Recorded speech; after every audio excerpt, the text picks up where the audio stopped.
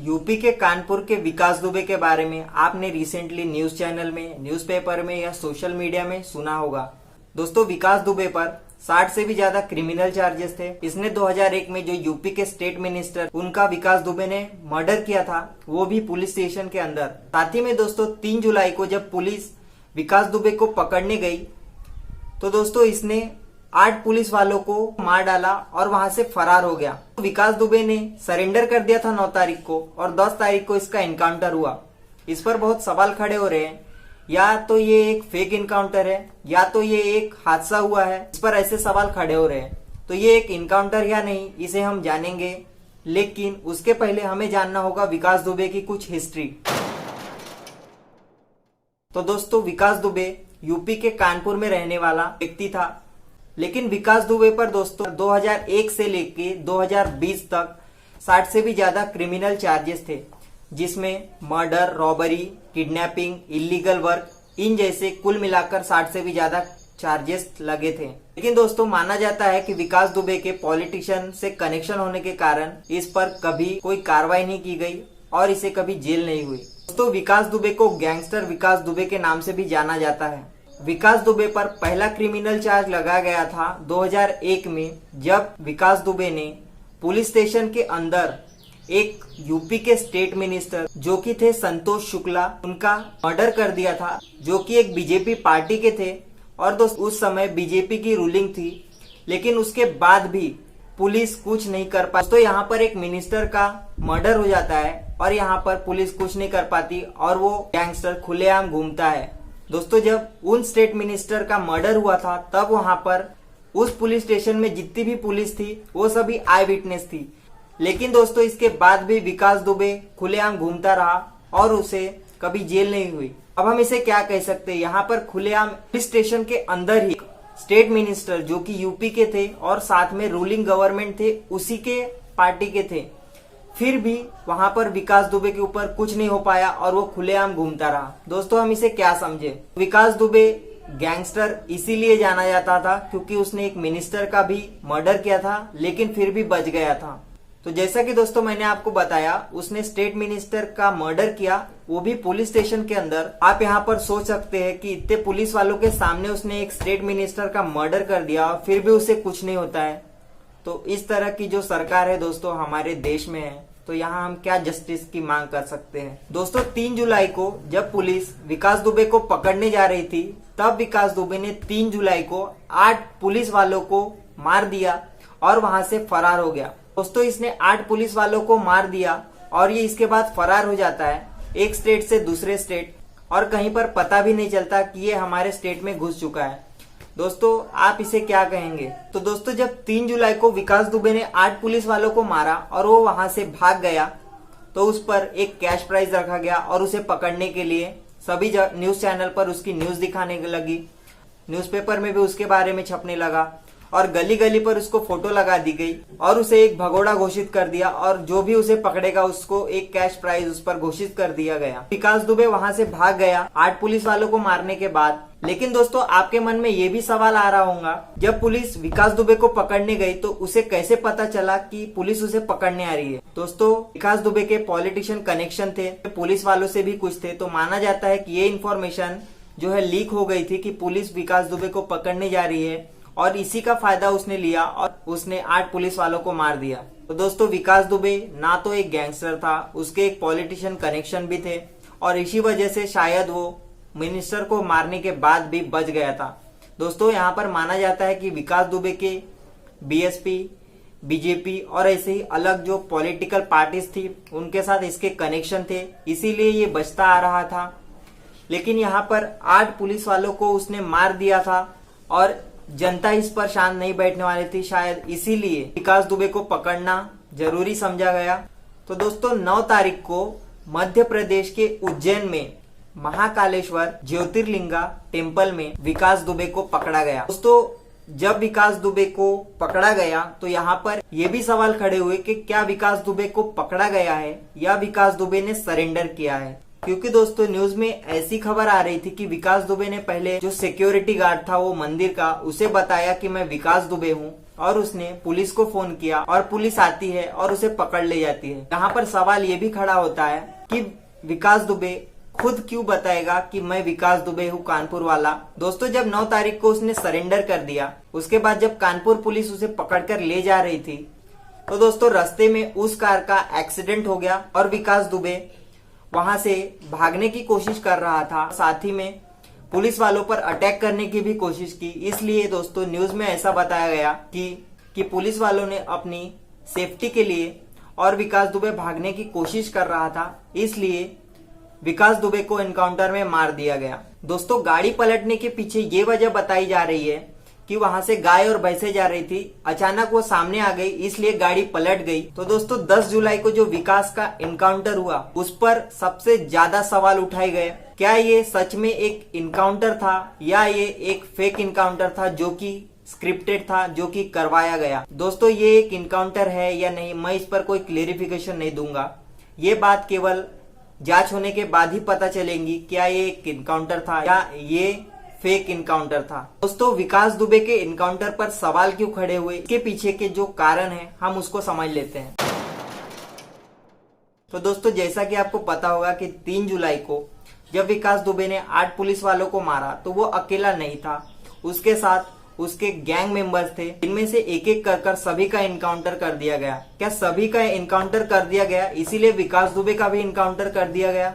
इसलिए ये सवाल भी खड़ा होता है। दोस्तों यहाँ पर आप ध्यान देना, प्रभात मिश्रा जो कि विकास के गैंग के एक मेंबर थे, कानपुर में उनका एनकाउंटर कर दिया गया। प्रभात मिश्रा पुलिस से भागने की कोशिश कर रहे थे, इसलिए पुलिस वालों ने उसका एनकाउंटर कर दिया गया। हाल ही में दोस्तों उसके बाद और दोस्तों रणवीर शुक्ला जो कि विकास के गैंग के ही एक मेंबर थे, उनका भी इनकाउंटर कर दिया गया इटावा में। एनकाउंटर के पीछे ये वजह बताई गई कि वहां पर मुठभेड़ हो गई थी और वो भागने की कोशिश कर रहे थे, इसलिए उसका भी इनकाउंटर कर दिया गया। उसके बाद दोस्तों 8 जुलाई को अमर दुबे जो कि विकास दुबे के ही एक मेंबर थे, उनका हमीरपुर में इनकाउंटर कर दिया गया। यहाँ पर देखिए दोस्तों एक एक कर विकास के गैंग के सभी मेंबर्स का इनकाउंटर कर दिया गया। प्रकाश पांडे और अतुल पांडे इनका भी इनकाउंटर हो गया था 3 तारीख को जब विकास दुबे ने 8 पुलिस वालों को मारा था, उसी में ये दोनों भी मार गए थे, इनका भी इनकाउंटर कर दिया गया था। और दोस्तों इन सब के इनकाउंटर के बाद ये जितने भी मेंबर थे विकास दुबे की गैंग के, इन सब का इनकाउंटर कर दिया गया। इसके बाद दोस्तों सेम स्टोरी रिपीट होती है 10 जुलाई को विकास दुबे के साथ। और दोस्तों कार एक्सीडेंट में विकास दुबे पुलिस वालों पर अटैक कर रहा था और वो भागने की कोशिश कर रहा था, इसलिए विकास दुबे का भी इनकाउंटर कर दिया गया। तो दोस्तों आप यहाँ पर एक बात नोटिस करेंगे, यहाँ पर जितने भी मेंबर थे उन सभी का इनकाउंटर किया गया। इसलिए दोस्तों यहाँ पर एक शक भी होता है कि ये एक फेक इनकाउंटर था या नहीं। दोस्तों विकास दुबे के बहुत कनेक्शन थे पॉलिटिशियन से, पुलिस वालों से, इसलिए उनका नाम सामने ना आ जाए इसलिए भी ये शक पैदा होता है। दोस्तों जब 10 जुलाई को विकास दुबे का एनकाउंटर हुआ उसके बाद ऐसे सवाल इन कारणों के कारण तो निकले ही, साथ ही में पॉलिटिशियन ने भी इस पर सवाल उठाए।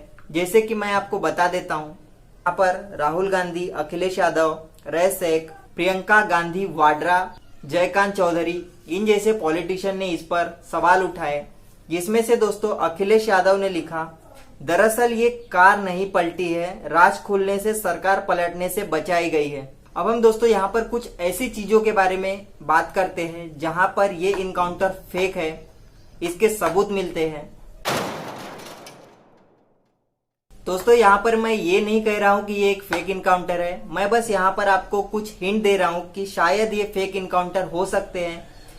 तो जैसे कि देखिए आप, सुरेंद्र राजपूत है जो कि एक पॉलिटिशियन है, उन्होंने यहाँ पर ट्वीट किया था 9 जुलाई को विकास दुबे के इनकाउंटर के पहले ही सुरेंद्र राजपूत ने ट्वीट कर दिया था और उसमें कहा था कि बड़ा प्रश्न ब्रुजेश जी, क्या विकास दुबे कानपुर पहुंच पाएंगे या रास्ते में पुलिस से पिस्तौल छीनकर फरार होने की कोशिश करता हुआ मारा जाएगा। तो दोस्तों यहाँ पर सुरेंद्र राजपूत ने पहले से ही 9 तारीख को ही प्रिडिक्ट कर लिया था कि विकास दुबे का जो है इनकाउंटर किया जाएगा। तो या ये एक इत्तेफाक हो सकता है या इन्हें कुछ पता था, इस कारण से भी ये सवाल खड़ा होता है क्या ये एक फेक इनकाउंटर था। और दोस्तों जहां पर विकास दुबे का इनकाउंटर हुआ, जहां पर कार एक्सीडेंट हुआ, वहां के लोगों का जब इंटरव्यू लिया गया, उनसे जब पूछा गया कि आपने कोई आवाज सुनी है, तो तब उन्होंने कहा कि हमने केवल यहाँ पर गन चलाने की आवाज सुनी है। और जब उनसे पूछा गया कि क्या आपने यहाँ पर कार एक्सीडेंट की भी आवाज सुनी थी, तो वहां के लोगों ने कहा कि यहाँ पर हमने किसी भी कार एक्सीडेंट की आवाज नहीं सुनी, लेकिन हमने यहाँ पिस्टल चलने की आवाज सुनी है। दोस्तों, यहाँ पर एक गौर करने वाली बात यह भी है कि यहाँ पर विकास दुबे के जितने भी मेंबर थे उन सभी का भी इनकाउंटर किया गया था, इसलिए 10 जुलाई को विकास दुबे का भी इनकाउंटर किया गया और उसके कुछ पॉलिटिकल कनेक्शन भी थे, इसलिए भी माना जाता है कि विकास दुबे का इनकाउंटर किया गया। दोस्तों, यहाँ पर एक वीडियो आया था जिसमें मीडिया ने कहा था कि जब विकास दुबे को कानपुर की पुलिस पकड़कर ले जा रही थी, तब मीडिया को उन कारों को फॉलो करने से रोका गया था। वहां पर उन्हें रोक दिया गया था कि इस कारण से भी यहाँ पर एक शक पैदा होता है दोस्तों कि ये एक फेक इनकाउंटर हो सकता है। दोस्तों, यहाँ पर सबसे बड़ा जो सवाल पैदा हो रहा है कि क्या विकास दुबे के हाथों में हथकड़ियां नहीं पहनाई गई थी जब उसे पकड़कर ले जा रही थी कानपुर की पुलिस? क्या उसके हाथों में हथकड़ियां नहीं थी कि वो भागने की कोशिश कर रहा था और पुलिस वालों को मारने की कोशिश कर रहा था? तो दोस्तों, इस कारण से भी यहाँ पर ये इनकाउंटर फेक है या नहीं, इस पर सवाल होता है। दोस्तों, मैं आपको ये नहीं कह रहा कि यहाँ पर ये एक फेक इनकाउंटर है, मैं यहाँ पर सिर्फ बता रहा हूँ कि किन कारणों की वजह से ये जो प्रश्न है खड़े होते हैं कि ये इनकाउंटर फेक है। दोस्तों, ये इनकाउंटर फेक है या नहीं, ये केवल इन्वेस्टिगेशन के बाद ही पता चलेगा। मैं आपको यहाँ पर ये कुछ ऐसा नहीं कह रहा हूँ कि ये एक फेक इनकाउंटर है। इन कारणों के कारण ये सवाल पैदा हो रहे हैं कि ये एक फेक इनकाउंटर था, मैं बस आपको उस बारे में बता रहा हूँ। अब हम दोस्तों बात कर लेते हैं कि जो विकास दुबे का इनकाउंटर किया, क्या वो सेफ जस्टिस था? क्या ऐसा जस्टिस होना चाहिए?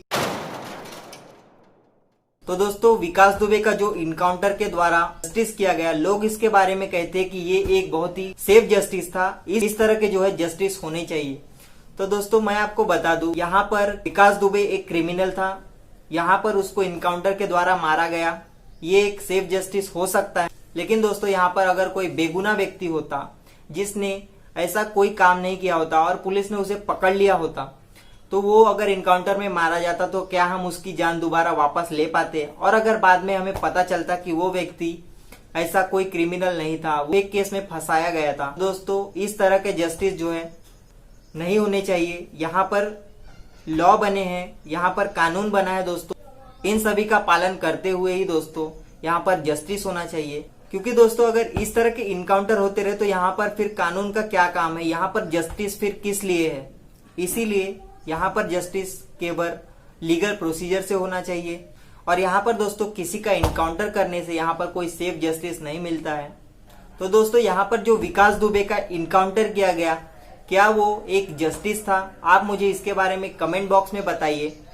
और क्या इस तरह के जस्टिस होने चाहिए, इसके बारे में भी आप मुझे कमेंट बॉक्स में जरूर बताइए। और दोस्तों, जो विकास दुबे का इनकाउंटर हुआ, क्या वो एक फेक इनकाउंटर था, क्या ये एक हादसा था? इसके बारे में आप क्या सोचते हैं, इस बारे में भी आप मुझे कमेंट बॉक्स में जरूर बताइए। तो दोस्तों, अगर आपको मेरी ये वीडियो पसंद आई हो तो इसे लाइक और शेयर कर देना। इस तरह के वीडियो पाने के लिए आप मेरे चैनल को सब्सक्राइब कर दीजिए, ताकि मैं जब भी कोई नई वीडियो अपलोड करूँ आपको उसके नोटिफिकेशन पहले मिल जाए।